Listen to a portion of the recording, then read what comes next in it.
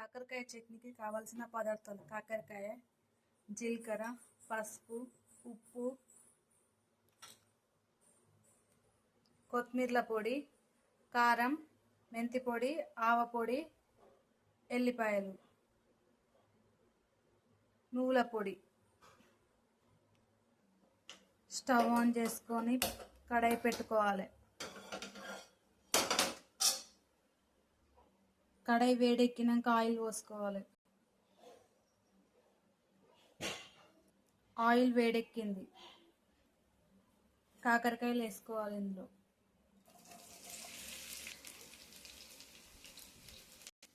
కొంచెం colour change అనేది చూడండి.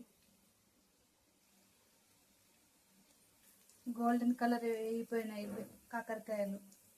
వీటిని తీసుకొని గిన్నెలో వేసుకోవాలి. ఇందులోనే కొంచెం ఆయిల్ పోసేస్తున్నాం. స్టవ్ ఆన్ చేసుకొని పోపు పెట్టుకోవాలి. జీలకర్ర, ఎల్లిపాయలు, మెంతి పొడి, ఆవ పొడి ఒకసారి ఇట్లా కలుపుకోవాలి. కారం,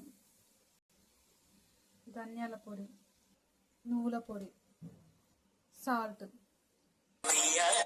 ఫ్రై చేసుకొని పెట్టుకున్న కాకరకాయలు వేసుకొని కలుపుకోవాలి. ఒక 2 minutes ఉడకనివ్వాలి. దీన్ని ఉడకనిచ్చినాక స్టవ్ ఆఫ్ చేసుకోవాలి. కాకరకాయ చట్నీ రెడీ. స్టవ్ ఆఫ్ చేసుకోవాలి. Please like, share, subscribe my channel.